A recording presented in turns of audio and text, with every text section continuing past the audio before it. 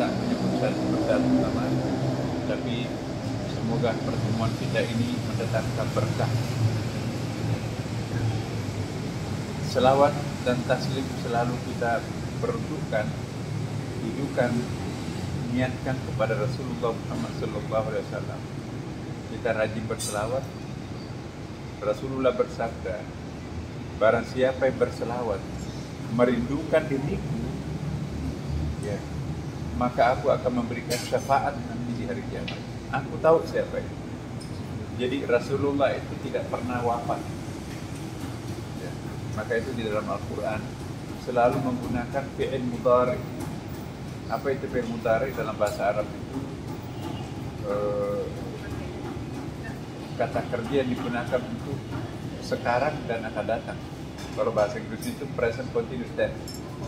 Kenapa? Karena Rasulullah itu tidak pernah wafat. Mungkin jasadnya iya, tetapi jisimnya, lain jasad, lain jisim, lain roh. Ada tiga.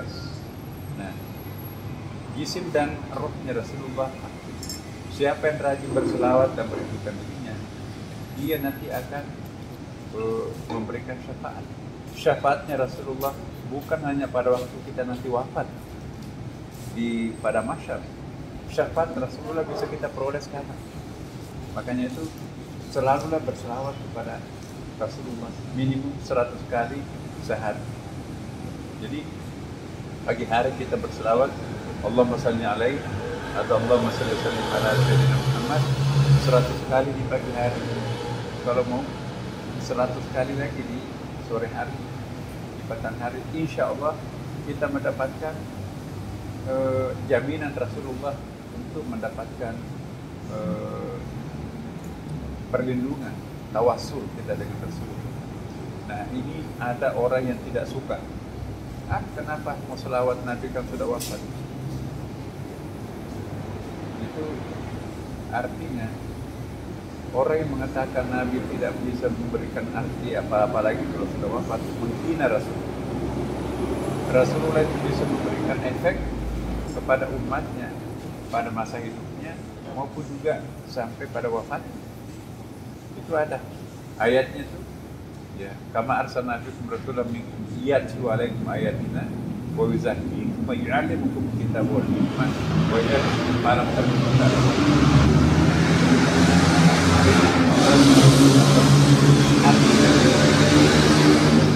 Sebagaimana kami utus rasul, yaitu Nabi Muhammad di antara kalian, bisa memberikan pengetahuan, mengajarkan Al-Quran. Di situ tidak disebutkan apakah sesudah wafatnya atau sudah sesudah wafatnya atau masih hidup. Wa yu'allimukumul kitab wal hikmah, masih bisa mengajarkan Quran dan hikmah. Hikmah itu artinya ilmu batin. Wa yu'allimukum ma lam takunu ta'lamun, masih bisa mengajarkan sesuatu apa yang kita tidak bisa capai, itu makrifat. Baik pada masa Rasulullah masih hidup, dia bisa berikan nasihat kepada sahabat. Tapi rohnya Rasulullah tidak pernah wafat. Barang siapa yang merindukan Rasulnya, selalu dalam hatinya ada ingatan kepada Rasulnya, maka Nabi itu akan datang dalam bentuk mimpi. Kata Rasulullah SAW, barang siapa yang bermimpi melihat diriku, akulah yang dilihat sesungguhnya. Satu-satunya wajah yang tak bisa dipalsukan oleh iblis adalah wajah. Nah, kalau ada di antara kita pernah bermimpi menjumpai Rasulullah SAW, sujud syukurlah. Karena ada hadis Nabi riwayat Bukhari juga, barang siapa yang bermimpi melihat diriku, maka akan bersama-sama aku nanti di dalam surga. Nah, siapa yang rajin berselawat kepada Nabi, Nabi akan memperlihatkan dirinya sebelum beliau wafat. Jadi kata-kata yang paling sering keluar dari mulut kita adalah selawat Nabi. Kalau ada orang melarang selawat Nabi, jangan terlalu sering selawat, itu bid'ah. Jangan ikut perintah kok. Innallaha wa malaikatahu yusholluna 'alan nabi. Ya ayyuhalladzina amanu shallu 'alaihi wa sallimu taslima. Jadi sesungguhnya Allah dan para malaikat selalu bersilaturahim kepada Nabi Muhammad SAW. Allah dan malaikat saja berselawat, masa kita tidak bisa berselawat? Ada fi'il amar, kalimat perintah, instruction. Ya ayyuhalladzina amanu, wahai orang yang beriman, kecuali kalau tidak beriman. Ya, wahai orang yang beriman, selalulah berselawat kepada Nabi dengan selawat khusus, taslimah.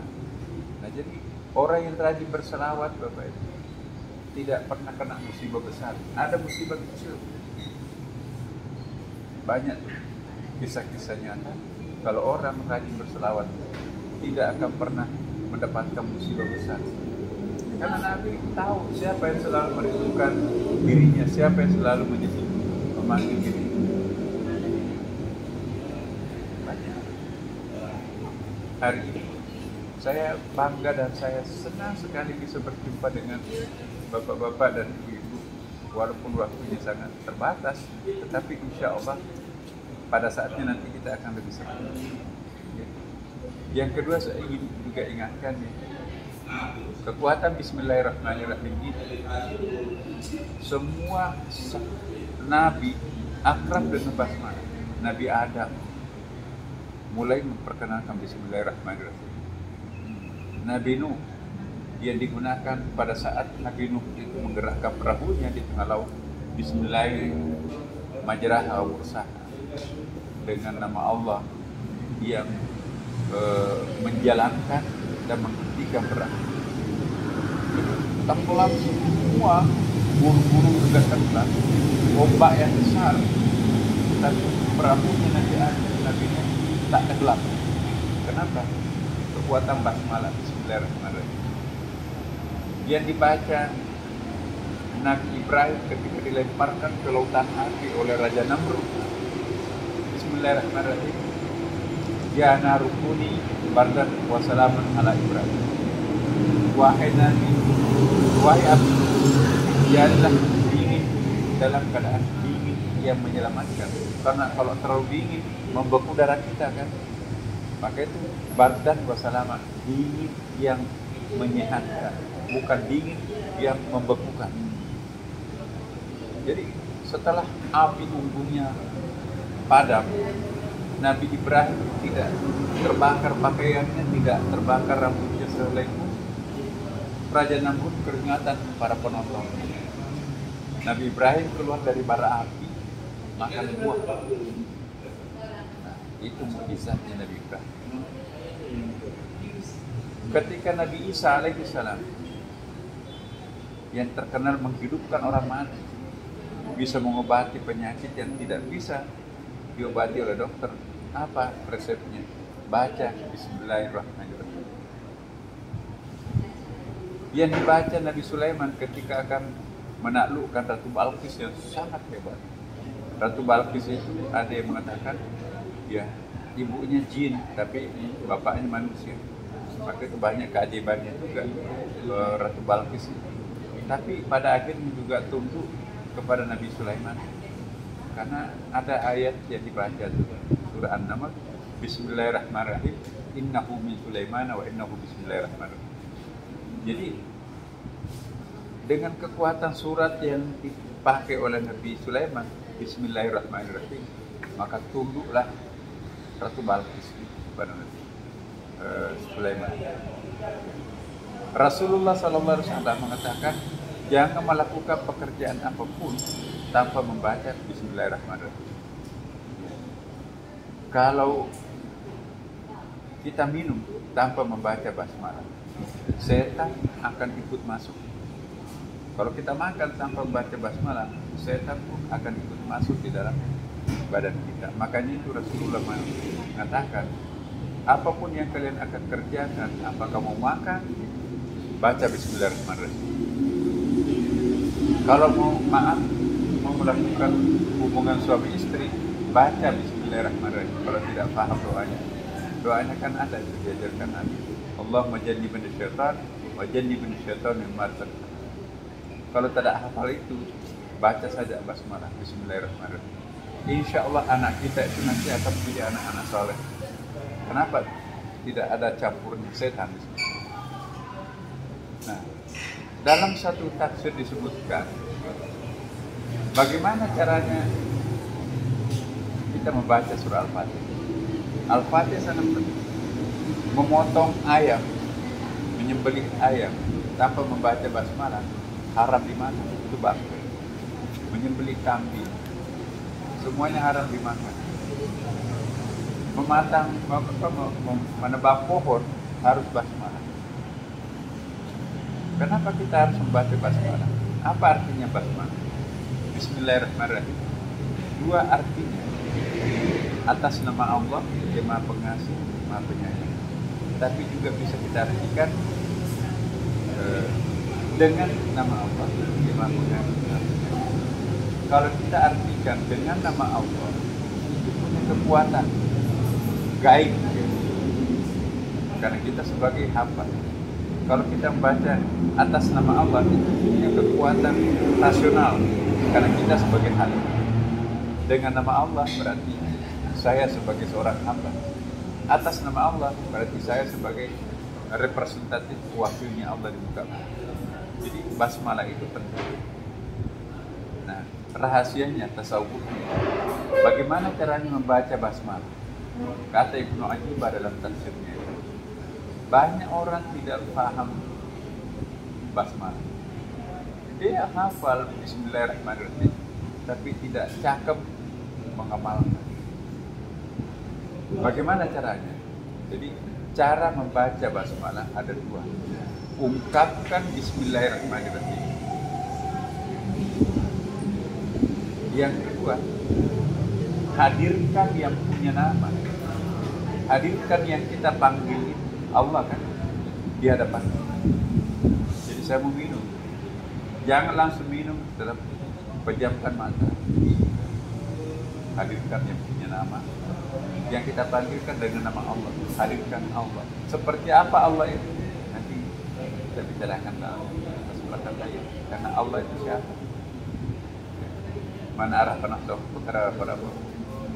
Para siapa yang memahami dirinya, pasti akan memahami Tuhan. Ya kan? Ini handphone hitam.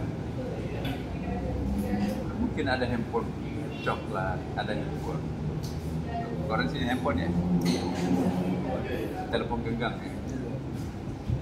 Nah, apakah bisa kita mengenal handphone hitam, handphone putih, handphone merah tanpa mengenal handphone? Ada buku, buku biru, buku coklat, buku merah. Buku biru, buku coklat, buku merah, buku putih itu adalah wujud partikular. Apa artinya wujud partikular?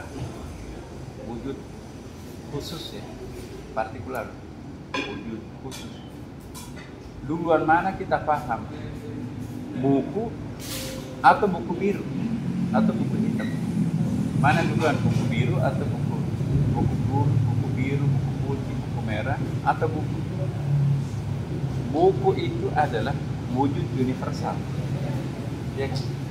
Sedangkan wujud partikular itu adalah buku merah, buku hijau, buku biru, iya kan? Duluan mana buku daripada buku hijau? Ya.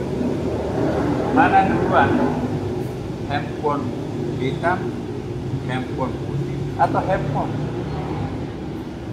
Yang pertama kan universal dulu kan? Iya. Mana duluan buku biru, hitam, buku merah daripada buku? Atau pertanyaannya begini, bisakah kita mengenal buku biru, buku merah, buku itu, buku putih tanpa memahami buku? Tak bisa kan? Jadi buku itu wujud universal, sedangkan buku putih, buku merah itu wujud partikular. Ya kan? Man arafa nafsahu, barang siapa memahami dirinya pasti mengenal Tuhannya kan? Karena diri kita ini adalah wujud partikular. Tidak mungkin ada buku biru, buku hitam, buku putih tanpa ada buku. Iya kan? Buku biru, buku putih, buku merah itu wujud partikular. Nah, manusia, tumbuh-tumbuhan, gunung itu adalah wujud partikular. Siapa wujud universal? Allah. Apakah buku biru itu beda dengan buku? Apakah buku hitam itu beda dengan buku hitam, buku biru itu? Bahasanya ayahanda kan, kita itu terlena, kita itu terpecah, kita itu